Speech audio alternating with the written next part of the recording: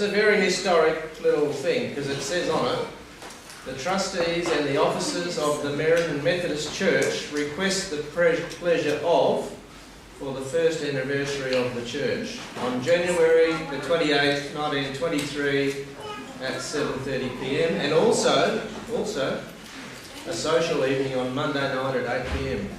Oh, 100 years old. Wow. We're here 100 years later.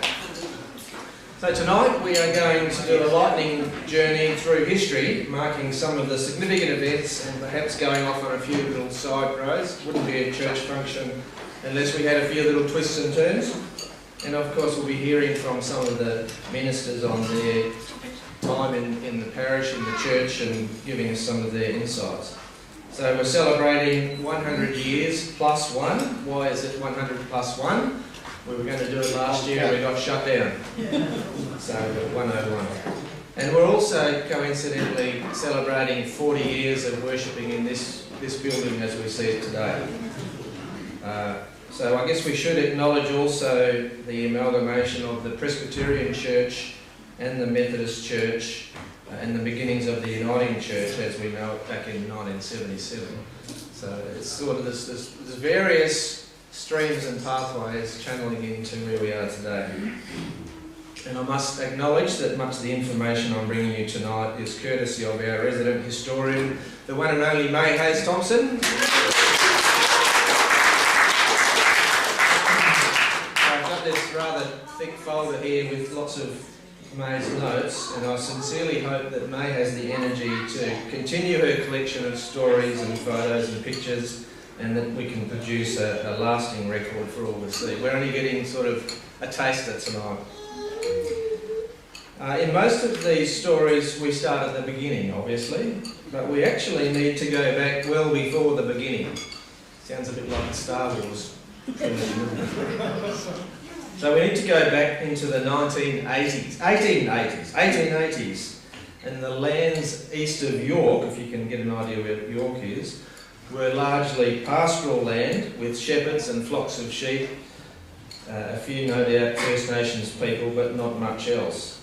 And here and there was a track going from York to Southern Cross, but it was a real backtrack, a bush track.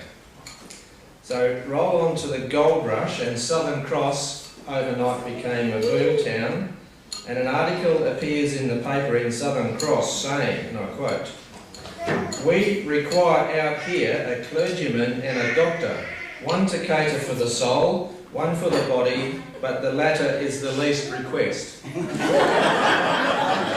Amen. So times have changed in Southern Cross, I've got to say. They probably still require money. So 4 months later in 1890, a Methodist minister, the Reverend H.G. George, heads out from York to answer the call. After a great deal of trouble with his pack horse, who wanted to just go back to York and be done with it, and all sorts of dramas negotiating the backtracks and bush tracks that he's tried to memorise, he makes it all the way to Murranoppin Station. Have I got that right, May? Which is not far from May's former home on the farm in Doomacon. How far away, May? A few kilometres from your farm? Asking the distance from your farm. 30 kilometres. 30 kilometres, okay.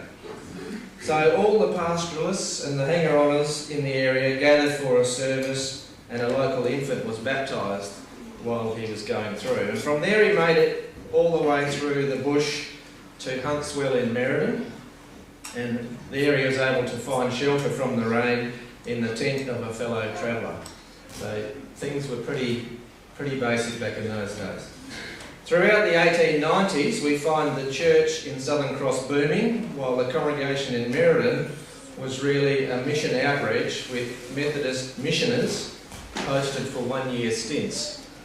This Bible here, if you get the time later on, it's got a list of everybody that's been in ministry in Meriden going back to those days. So they were living pretty rough, and they were crisscrossing the district, holding home church meetings in farmhouses and small little hamlets or sidings or whatever. So just think about this. With an emerging population of very humble farming families, ministers travelling either by foot, horse or bicycle, it was more effective for the missioner to travel around to where the people lived rather than to wait for them to come to town. So I've heard stories of the old timers going to town for a week for Christmas, for holidays. The times have changed. Wow. One of the perks of the job back then was the minister got a free ride on the train in the guards van from Southern Cross to Meriden and back, which made his travel a bit more easy. And in the early 1900s, the gold rush starts to wane and there is much more interest in opening up farming land. Meriden has become a big railway town, and in 1911 it achieves the status of a home mission station in its own right. And stepping back, in 1910 an application is lodged with the Lands Department for a site, which is I guess this site, to build a church on. So we move on and we find a push to recognise the church in Meriden as a congregation rather than a home mission station. And in 1914 the annual Methodist Conference gives permission to build a church in Meriden. 1914. Anyone know what happened in 1914? World War I comes along, put a bit of a spanner in the works, and somewhere in this period we find Kellerberrin actually emerging as the centre of a very large wheat belt parish, more or less all of the wheat belt. World War I brings everything to a halt, but in 1920 we find evidence that the Meriden Roads Board gives permission for the congregation to build a stable and a shed on this site. Not sure whether that would be the high priority today. And finally in 1922 we see the original wooden church building constructed, and we'll see some photos of that in a minute.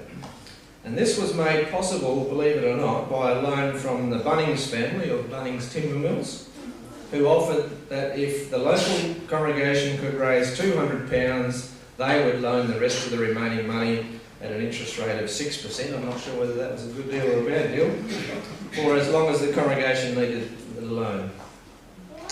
So just another couple of side stories. Back in those days, the little lean-to on the building at the back of the church, which they all had, was not necessarily for the Ladies' Guild to prepare those amazing feasts, as we've seen here tonight. Or was it for the Sunday school, but possibly for that, a bit of that as well, but for the single men, home missioners, to live in during their time in town. So that was just a need for the single men. Another interesting thing, after World War I, the government policy was to reward returned servicemen with virgin farming land for them to develop at minimal, it cost minimal to buy it, but obviously it cost them a lot to develop it. So you can imagine these servicemen going out with maybe a horse and an axe and a couple of bags of wheat and not much else. So that was a big push. However, many of these men were often unwell, because the climate out here meant that the men that had been gassed in the trenches could have half a crack at it. And the Methodist Church recognised the issue here, and they sent a flood of missioners out into this region to minister to the early settlers and the returning servicemen. And many of these missioners were also veterans, and they understood the issues the men faced, which is, I think, an interesting thing, that the church recognised that as a mission right back in those early days. So we have the original church here, built in 1922. The dreaded lean-to was added in 1929, and the new manse that Don Petrick and his family moved into was built in 1934. Just a little side note, I guess, the other big event that would have happened perhaps in the 30s, maybe the 20s, was the arrival of the motor car, and that meant that people became more and more mobile, and that meant that people would come to town more, and we get less and less of these missioners travelling around the place on their bikes and their horses to meet little groups of people in their houses. So we'll go to 1929, and this is a testimony from one of those early ministers. Norman Hicks, and he writes, he's reflecting in the 1960s of his time in Meriden in 1929. It's going to blow up. They were great days. Give them back to me, all their difficulties, and I will still be your humble missionary. In those days I had 17 preaching places demanding regular attention. I have ridden the old push bike out as far as Muckenbuden, through Mungarran, to conduct services and hold baptismal services in private homes. The circuit in those days stretched from Hines Hill to Yellowdine, including Bullfinch and Marble Lock.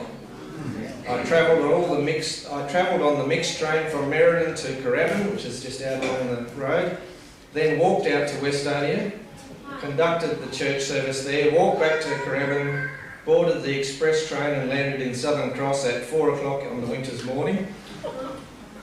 The minister rode the push bike to every preaching place in that vast circuit of those days from 1923 to 26. The old Ford truck was not always available. As the years pass along, one remembers the loyalty of faithful church members without whose aid the work of God would never have been sustained. Their memory is sacred, and we give God thanks for such. One could go on at great length in reminiscent mood, calling to mind the thrilling joy of service in the Lord's work, the God-given fellowship, and the loyal friends we discovered, sometimes in unexpected places as we travelled the friendly road. Then he just gives the doxology. That's a bit of a snapshot from back in those days. So I've got a bit more to go, but I think I might ask Don if he would like to come up and give us some insights into the 1950s, and then we'll move on a bit from there.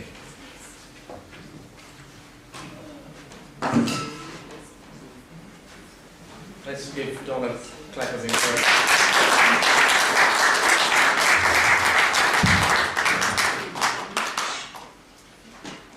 Yes, my name is Don Hedrick. I've had all my life. I'm got used to it now.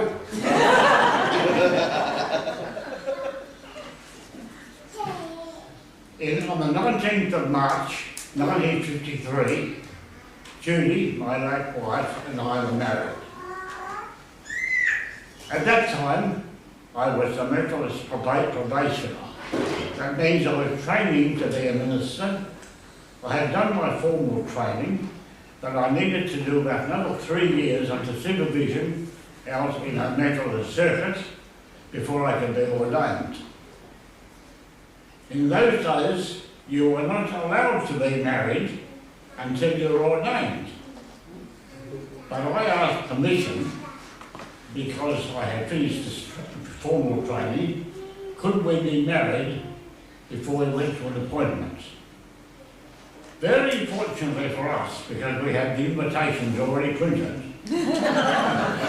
fortunately for us, the conference of February 53 said, yes, you have permission to get married, and we are posting you to Meriden.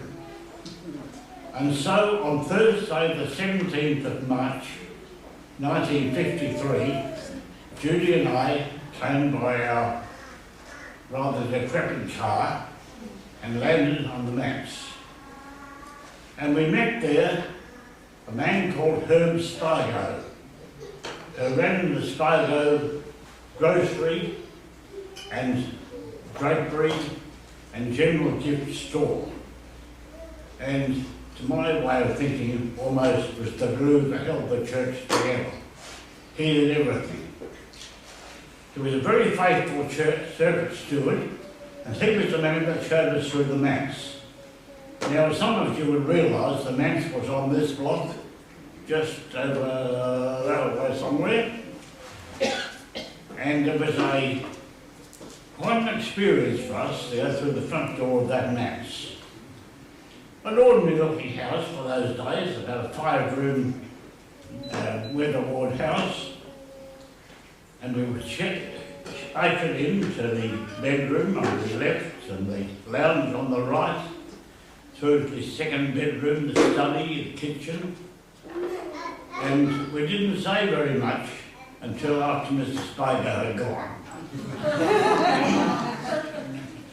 Structurally, the manse was good. And Judy said, those curtains, they've got to come down. And without a word of lie, the kitchen curtains were in tatters. And so, being the good seamstress that she was, she got to making new curtains. But the linos on the floor, there were actually holes in the linos, and where's the way? They've got to come up. So up came the linos, and scrub, cleaning the floor, bit of sanding on the floor, staining and polishing. And there were polished boards from there on. In those days, the manse was supposed to be furnished for the minister, but sometimes they were fairly sparsely furnished. And this was so with the Meriden manse, but fortunately we had bought a few things in preparation. So we had a chrome frame leather lounge suite, which we installed in the lounge. And we had bought some nice bedside or lounge room mats. So we put a couple of mats in the lounge room, a couple of maroon ones in the lounge room and pink ones in the bedroom. And we gradually made the place our own. Now, many ministers would have thought that was a pretty terrible manse. But to us, it was our first home. It was a lovely place. And we were very happy there. And we did all things in those days to just make it a bit better. Over the time we were there, painted all the inside of the manse. And the outside was getting a bit shabby. And I said to her today, can we get the outside painted, do you think? Oh, no, we haven't money. Well, I said, well, if I get the money, can we get it painted? Yeah, you get the money, yeah, that's okay. So I went around and saw all the farmers, and in a week I had the £200 I needed. And so the manse was painted. As it happened, it was a hailstorm shortly after I presented the manse. That wasn't incidental. But I'm just saying that to let you know that manse was a lovely manse for us. If you wanted to go to the toilet, well, you didn't say a toilet, it was a duddy, I think. Way up the back fence with take a cup lunch in a water bag. But that's what you did in those days, because you take back the back fence because the nightman came on the back lane. This was the manse. That was a good manse. It was our home, and it was our starting married life and started our parish ministry, or church ministry in those days. I'm making 3 points like any good Methodist sermon. The first point is the manse. The second point is the church. The church was next door, right here, where you know what it was. It was a nice building, weatherboard building, with buttresses on either side to hold it up. Now, I never was sure why those buttresses were there, but they were there from the fairly early days. I did suspect at one stage that the church had been bought from the goldfields. A lot of goldfields houses came down by Jinka to be transported to towns, but I don't think that was so with the church. But buttresses were needed anyway. The inside was tongue and groove weatherboard. See these up here? They're the very boards. But in those days, they were very ugly boards because they were much darker than those at the time, and they were hungry-looking things. I said, we want to do something with that, but you can't do much. I suppose we could varnish them. So we got permission. I say we, Judy and I, did a lot of things together. And we re-varnished the inside of the church. Now, don't ask us how we did it. I don't know how we did it.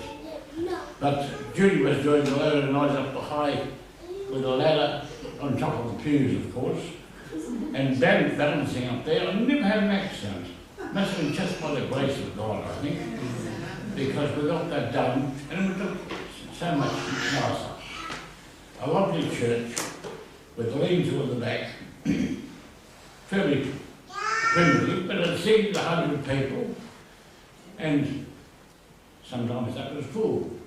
When we first came, our first service there was Sunday morning at 11 o'clock, and we had about 25 people there. The evening service, about 40 people. And that was the custom of those days. A larger evening congregation than morning. One of the reasons was there was a good choir in the evening, and that bolstered the singing and the enthusiasm of the congregation, I think. And we had a great time in that old building where we could tell lots of stories. But now it's been superseded by this. And how pleased I am to see those old weatherboards sit there. They are the very boards, you know, been transported from the old church, as was the steeple on the front of the church, which is there on the back wall. Congratulations to people who did this. The church in those days was called a circuit because it was a circuit. The work of the church didn't centre just around Meriden, although Meriden was the largest worshipping congregation, the largest town. But I had services at No Canning once a week, once a fortnight, once a month. Walgoon once a month. Southern Cross once a month. Bullfinch once a month. I changed my car after a year and I got a little Standard 8. And Tommy Lake, who used to be on the corner down here, corner of 5th Street, and which was in the highway, said, "You should have got an Austin." He had the Austin agency. You'll be sorry. Well, I wasn't sorry. I had that all the rest of the time I was here, and that was 4 years, and a little after. But it did a lot of miles. Didn't do kilometres in those days, it did miles. And it was 68 miles to Southern Cross. That meant 68 minutes to me. And another 22 out to Bullfinch. The Southern Cross service was once a month in the evening, so I would go up after the American services in the morning to have the evening service at Southern Cross, stay overnight, generally with the postmaster and his wife, who were very generous with hospitality, and then go out to Bullfinch the next day, after having done the hospital and some visits in the town of Southern Cross, and then out there to do schools and also service on Monday night. And there was a good congregation at Bullfinch, 20s and 30s sometimes, which was very encouraging. And then on the way back, on the same Monday night, on the Tuesday, I do the schools. They give religious instruction to schools through Southern Cross, Marble Lock, and pumping stations down the way, all the little schools, Walgoon, Borrowcotton, etc., and get back on Tuesday night. Schools were a big part of our program in those early days. SRI, they got to call it, Special Religious Education, Instruction. And I'm not sure what name it was. I remember an Anglican minister saying there one occasion, I'm not sure they learned very much, so they learned during the minister if they ever need one. And there was something in that, personal contact was always a thing. I had a bit of a ministry in Meriden. We had a good minister's fraternal, it became a church's fraternal, because lay people joined it as well.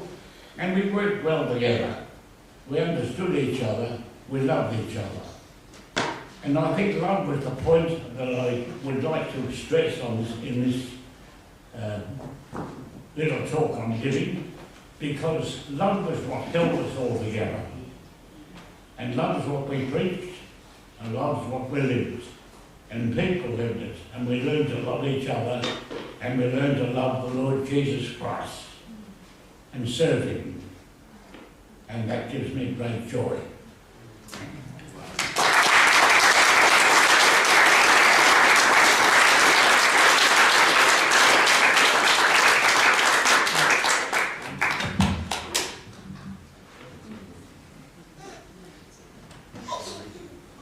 Thanks so much, Don. You've painted a really vivid picture for us of life in the parish in those days, and I now sense some of your legacy lingered on well into the later years, because that's what we experienced when we came to this church 24 years ago. So thank you, and we'll look forward to more engagement with you tomorrow. I just have a quick note here from Jeff Hadley. Lillian and I send your greetings to those who were able to gather together for the celebration dinner on Saturday evening and the service on Sunday morning. Sadly, old age, limited ability prevented us from being with you. We enjoyed our time in Merredin from 1961 to 1963 and serving the congregations of Southern Cross and Bullfinch as well. Our next stop after Merredin, with 2 little children in nappies, was New York City. A bit of a contrast. With our best wishes for the celebrations, Jeff Hadley. Was anybody here in 1961? Okay, so the next greeting is from Alan Petrick. He says, "My thoughts and prayers are with you all as you celebrate the Merredin Church's 101st anniversary. I still have very fond memories of my time there from January 1991 to December 1996. I've left part of my heart in the Eastern Wheatbelt Parish. It really was a large area to cover, taking in Merredin, Nungarran, Muckenbuden, Bruce Rock and Southern Cross and everything in between. But each worship centre had its own special life. But because it's Merredin's anniversary, I'll tell you the things which have stuck with me." Anne Scarf. Unfortunately, Anne's not here. Anne Scarf on the organ. She always played with great sensitivity and was always able to choose an appropriate hymn to play which reflected the theme of the service for that day. Very gifted. Harry Townrow. Departed, always arrived early from Westonia, and he'd be there to greet everyone when he gave out the hymn books. We all remember Harry. Debbie and Louise ran the Sunday school.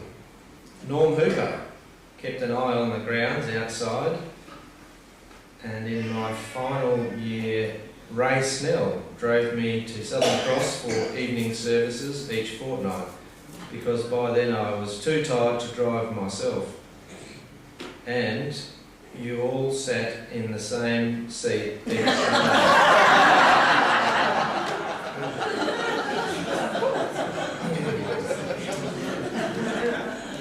That doesn't happen nowadays, does it? I last saw the church building on the 1st of December 2021 when I joined the fellas for their Who Let the Blokes Out night. That's our best kept secret here, don't ask any questions about that. Thanks, it was great to see you all and to see the building in such good shape. My prayers go with you all for the years ahead. Just keep living the way of Jesus by caring for others as He cared for us." That's Alan Petrick. So I just want to quickly delve into 1983, which is when this building was built. There's quite a story about firstly the realisation that the old building wasn't serviceable anymore, and the voting and so on that went on to decide to build a new building, and then quite a story about trying to raise the funds to instigate the building of the building. There's some people here that were very involved with that, and of course John Rutherford was a big part of that process as well. I won't bore you with all the details, but we all like to hear stories and tell stories about the events of those times and ultimately the demolition of the old building. And Kevin's probably dying to tell the story, but there was a time where, back in those days, which is only 40 years ago, you're allowed to do stuff. And of course, who better to demolish a building than the men of the parish? So we get to a point where there's just a skeleton left, and a young man of the congregation called Ken Hooper up on the top, and another gentleman whose name I won't mention just pulled this one bit of wood off, and the whole thing. And the story has it that Ken rode the thing to the ground and walked out of the dust. I wasn't there, I can't tell you exactly what happened, but that's the story.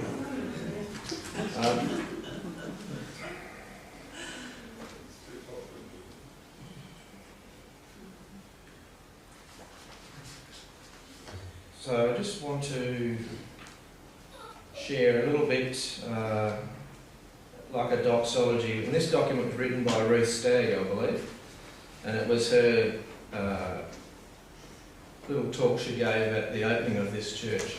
But she closes off with, and I just thought it was very appropriate for today even.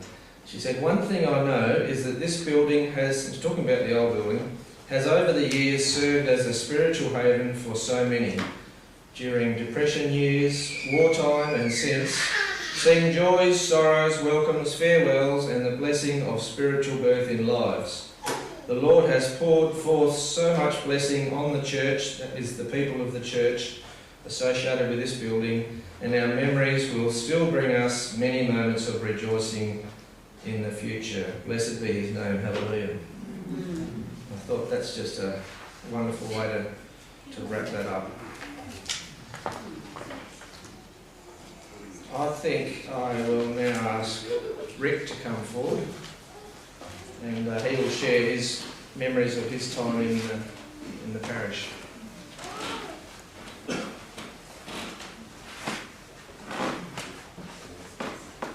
Ruth and I did 2 stints here. The first was as a student.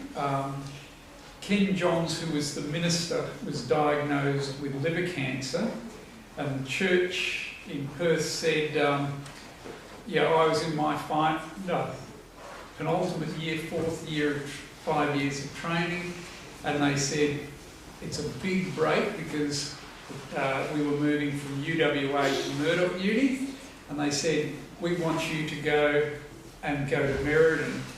And my first question was, "Ken is not going to die before I get there, is he?" And they said, "Oh, no, he's got a long time yet." And he died a couple of weeks later, and we came in, I think, a month after he died, and the congregation here was in shock. The day we arrived, there was a thunderstorm, and that thunderstorm was great flood. We've got a great photo of Stuart outside with a stream outside the manse up in Hobbs Road, and we remember that. The day after, I got my first ministry experience where they didn't care whether I'd finished training or not. I got a call from Gordon Jones at Muckenburton and said, "Are you doing anything today?" And I said, "No, I'm not supposed to start till Sunday." And he says, "Well, we've had a storm out at Muckenburton." We said, "Oh yeah, we had it here too." He says, "There's crops down, there's a number of people we want you to go and visit." So my first visit was to Mary Copeland, and her farm had the whole crop flattened, the pig shed was destroyed. It was, for a greenie from Perth, welcome to the country, and I could see straight away that this was a disaster. That was my beginning here. The site here was, for us, was home. We started our ministry here. This was a place where we grew and developed. Our kids grew up here. We all have great memories of this building. We have, I look around and when I left, Norm Hooper gave a summary of things, and I don't know how many kilometres you did, Don, but I used to do 60,000 kilometres a year. I went through 6 cars in 5 years. Smashed one of them up and did a few, but yeah, did a lot. And then Norm was reflecting on that, and he also said, "We've got a name for you, Rick the Wrecker." It was nothing to do with the cars, it was to do with the fact that we demolished the old manse while I was there. We demolished the Nungaran building, and we did reuse the bricks from that. They're still in your dam, aren't they?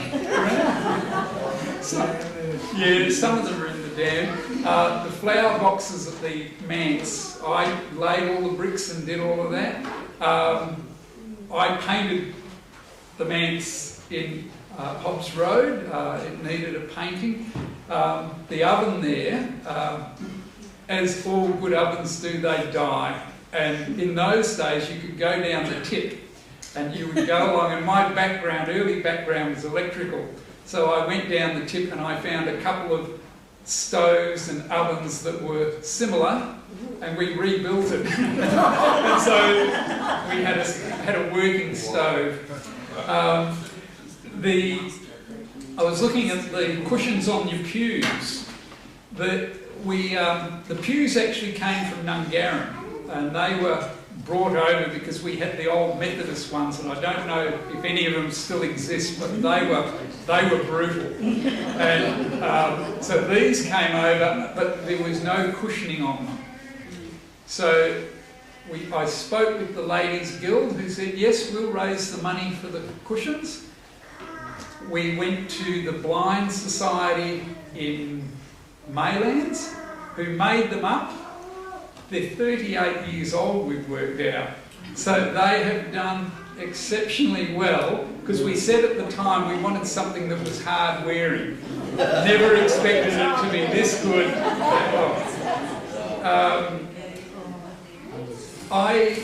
I learnt an awful lot from the people here, and that's the thing that I take away. We've still got friendships here.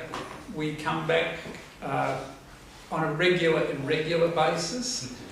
I remember Ruth Stagg. She was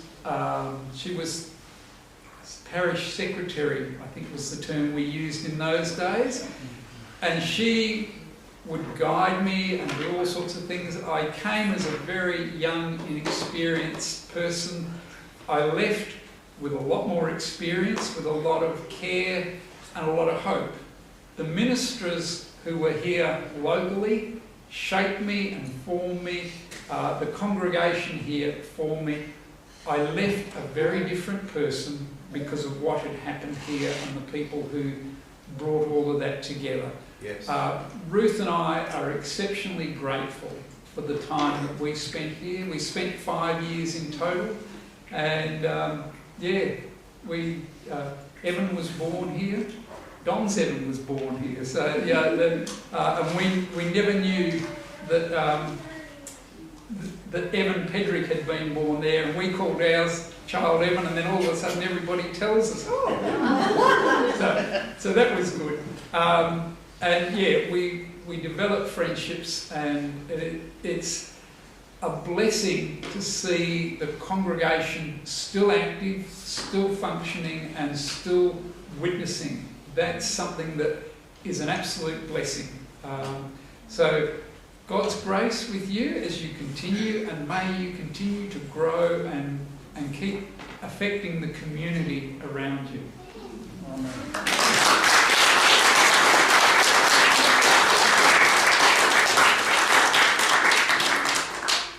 Thanks very much, Rick. We progress on to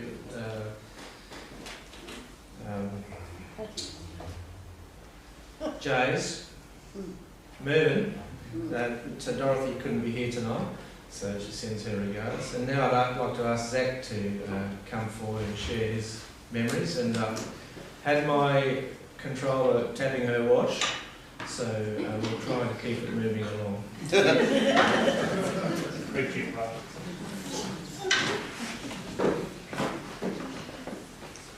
Steve, I was here 7 years, and you gave me 3 minutes.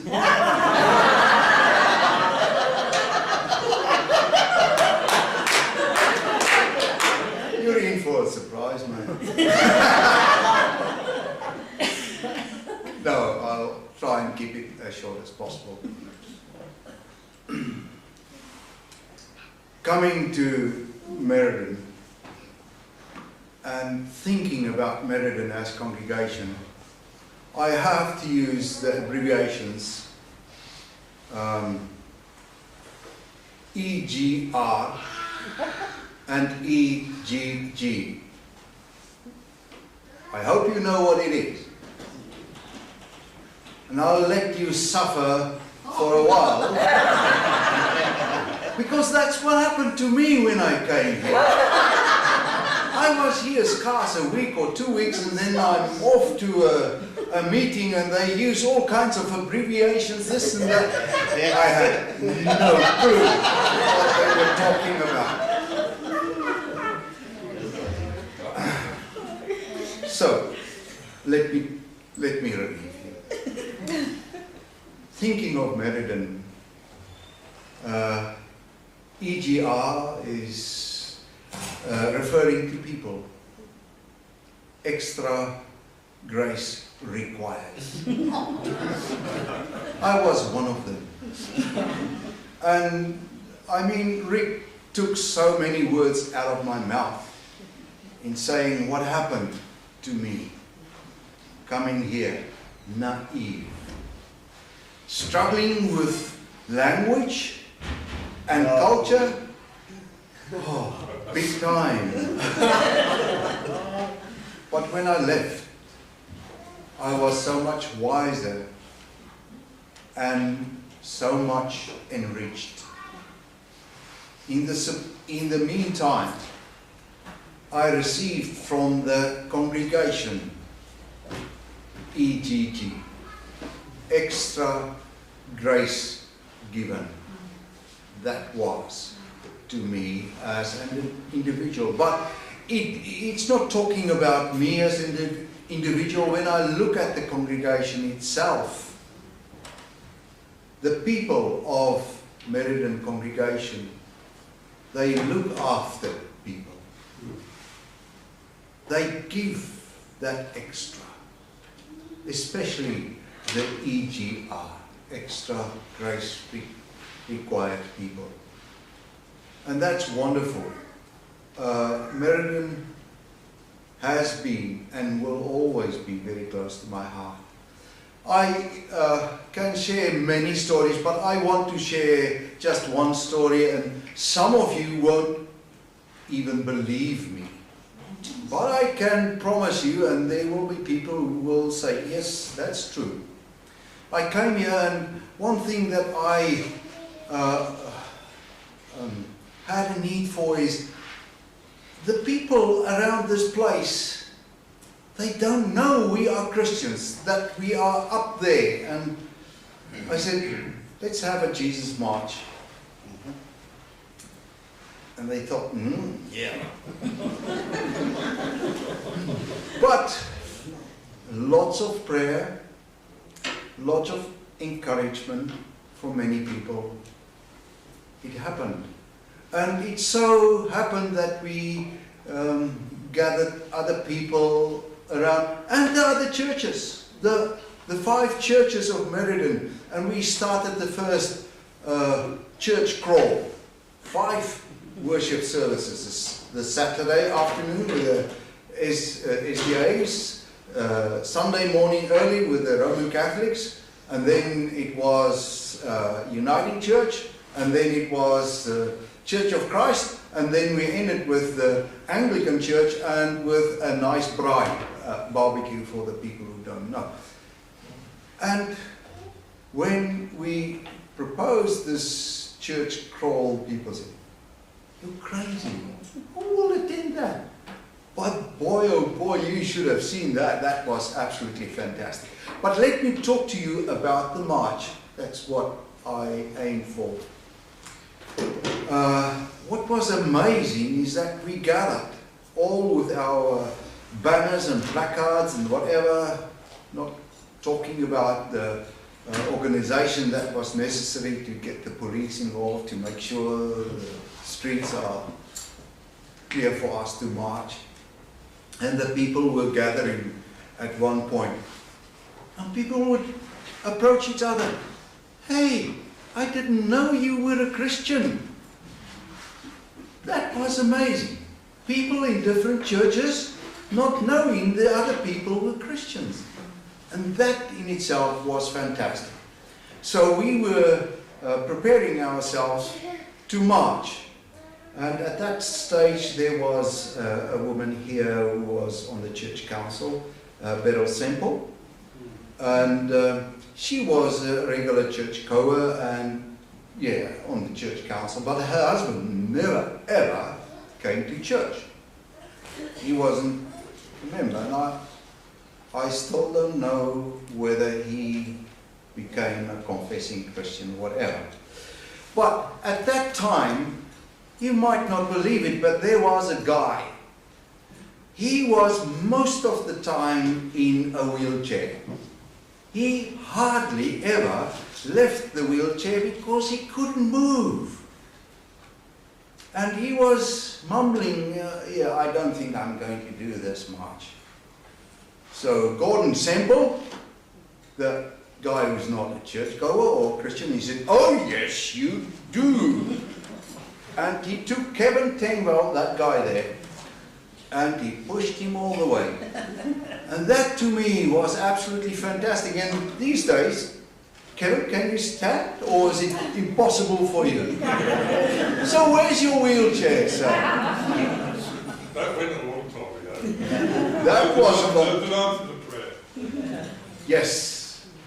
And to me, that is a miracle and fantastic, and things like that. We experienced many things. And one of the very special Sundays to me was the Sunday on the farm of Robert and May Hayes Thompson, where we had a picnic, whatever, but we also had a labyrinth there, and that was very special. And I think doing that labyrinth, I thought, what's a labyrinth? But it taught me to bring head knowledge to become heart knowledge. And that's my experience with the people of Meriden. God loved you, and He loves me. And may you go on proclaiming His love to all. May you be blessed abundantly.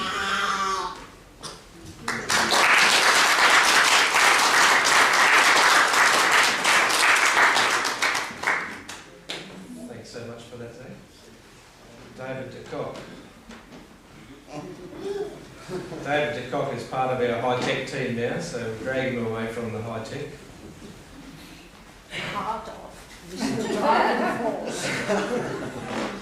Part of, yes.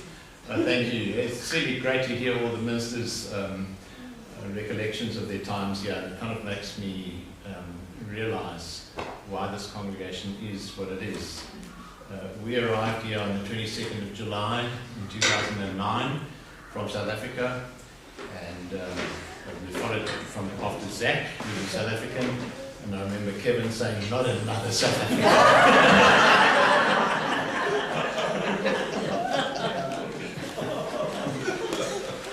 But that's how it was. But it was a good landing for us. This was our first and our best Australian friends that we found when we arrived here. And in a sense, Meriden is our home, having left the old country. We've always talked about Meriden as our home, and we love being able to come back here. And interestingly enough, when we did come back again, it was on the 22nd of July again. I don't know what God has with that kind of a plan. What we have found about this congregation is that it is an incredibly generous and loving congregation with the most amazing people who have been so supportive of Extra Grace Required, me too. And it's just been quite amazing. And it's a congregation that has a wealth of talent, and it has lived with a resilience in the face of everything to be what it is, and it has held fast to what it's doing in a time and an age when church attendance is on the decline, where people are no longer interested in the Christian faith. The faithfulness of the people of this congregation has been actually quite outstanding in my view. And we were so pleased to be able to come back here to help the congregation again as part of the tech team. So we're kind of learning together, Kevin and I, how to make things work. And the whole vision of the congregation, and one of the reasons why we did come back, was that the congregation had a vision to reach out to the wider wheat belt, to churches and towns where there was a decline in ministerial aid, ministerial help, church declines, and all of those kind of things. So what we found is that the church has developed a strong social media presence, which has been quite amazing. I was just checking today. We had 883 people who responded to our little advertisement about this evening. What? Wow. 883 people. So that's really quite amazing the way that's worked. And Kevin and I and others, Tom especially, and so on, have developed the services in such a way that they can be used. What we create as video services and put out on YouTube can be used as a framework for services in congregations that have no other ministry. And that's been really good. We know of 2 congregations who do use our service in that way, but we have 250 people who use that service, view the service every second, every week. 250 people, we don't have that many people in our congregation, which is really quite amazing. Our audience, as we can check it, is mostly in the wheat belt, not in Meriden, but we do have viewers in other parts of Australia, even overseas, in Indonesia, in New Zealand, in Africa, and in the United Kingdom, which is quite amazing. Here we are. We're sitting in this little town in Meriden doing services. Mike does services, you're on the video, everyone who does it. And the services are done by the lay people, which is, there's such a strength of ministry ability in this congregation. It's just outstanding. As I said, over the past several decades, the church generally has lost sway to the secular world's focus on self-achievement, humanism, and political correctness. Church attendance has declined.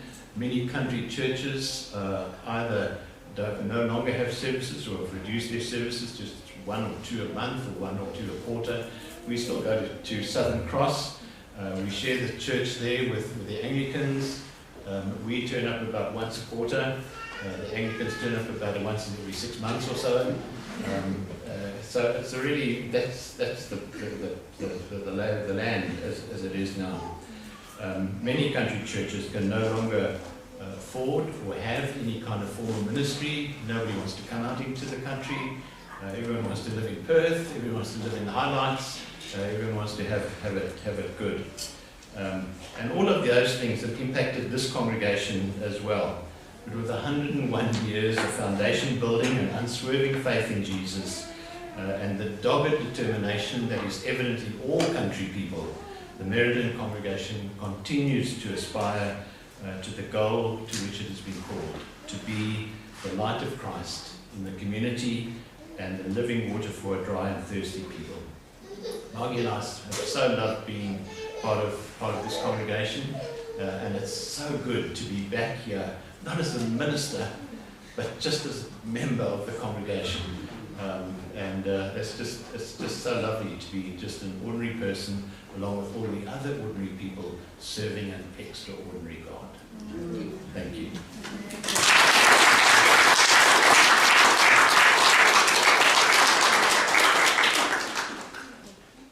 Now, I'm not sure whether I actually remembered to ask this question, but in the period after our previous minister left, John McCain, and us sort of getting another minister, COVID came along, and in a moment of crisis we had a white knight come to our aid in the form of Mike Fawcett, which we were just enormously grateful for. I'm just wondering, Mike, if you have anything you'd like to share. I know you're lost for words most of the time.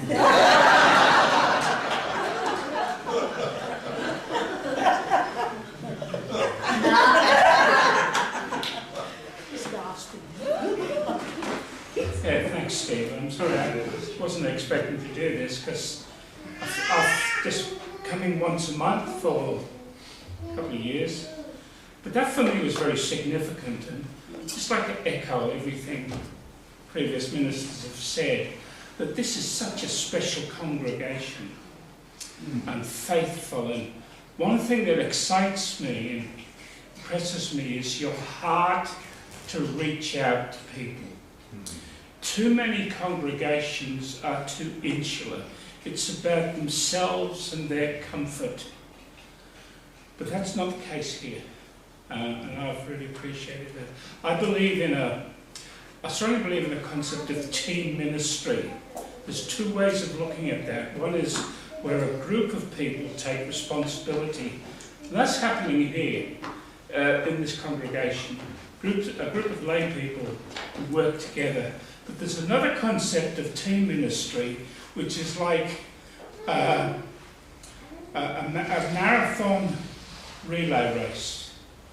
That you start off with a minister who passes the baton of ministry to Don, who passes the baton of ministry to the next minister. And you see a progression, a building, sustainable building. And it's not just about keeping the church going, but building discipleship. And I got to the point, middle of last year, and I thought, they don't need me anymore.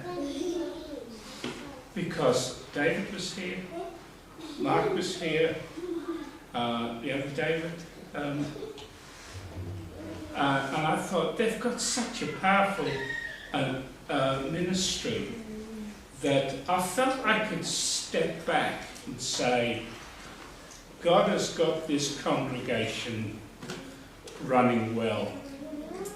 And it's like, you know, the guys that spin the plates. No, that's probably not a better illustration. Because those plates fall down. It's about keeping the momentum going. And I felt my ministry was just keeping that momentum going. And you guys, by the grace of God, are doing it. And there was one little memory. It's when Mervyn J was inducted here. I actually spoke. I preached at his induction. So that was my first introduction to ministry. Thank you, guys. You were as much an encouragement to me as I have been to you. And I've been touched by how much you've appreciated my ministry, which I honestly thought wasn't much at all. But thank you. God has richly blessed you.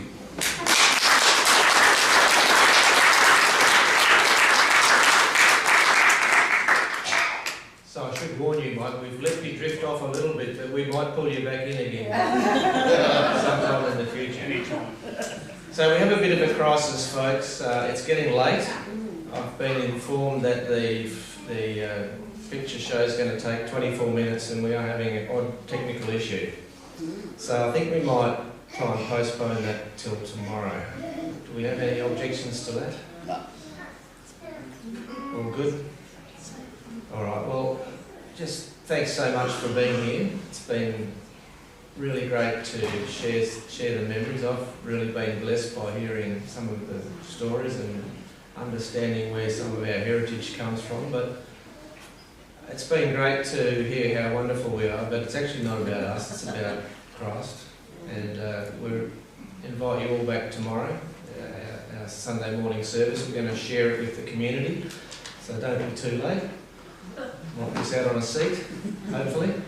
So yeah, it's all about Christ, it's not about us. And if it shows that we have been faithful and been blessed, that's just amazing. And I feel blessed to be part of this congregation. I'm sure those of you who are still here feel the same. Those of you who have been here for time would have felt it when you were here. So it's just a wonderful privilege to be part of this Christian community. So can I just close in prayer, and then those of us who have to do lots of dishes and tidying up can do that, and those who can sneak out the back door can go home. So let's pray. Father, we just thank you for your provision and for your grace and for your continuing capacity to love us and to guide us over this long period of time in this place. We thank you for all those faithful servants that have led us and helped us over the years, over the journey. We thank you for all those people who have been led into our community and added richness and vitality and life into our congregation. And Father, we just commit this congregation into the future, Lord, that you will continue to bless us, to guide us, to teach us, and to bring us new family members. So Father, once again we thank you for tonight. We thank you for the wonderful food and the fellowship we've been able to enjoy. And now we eagerly await to meet you again in our service tomorrow morning. So we pray that in Jesus' name. Amen. Give yourselves a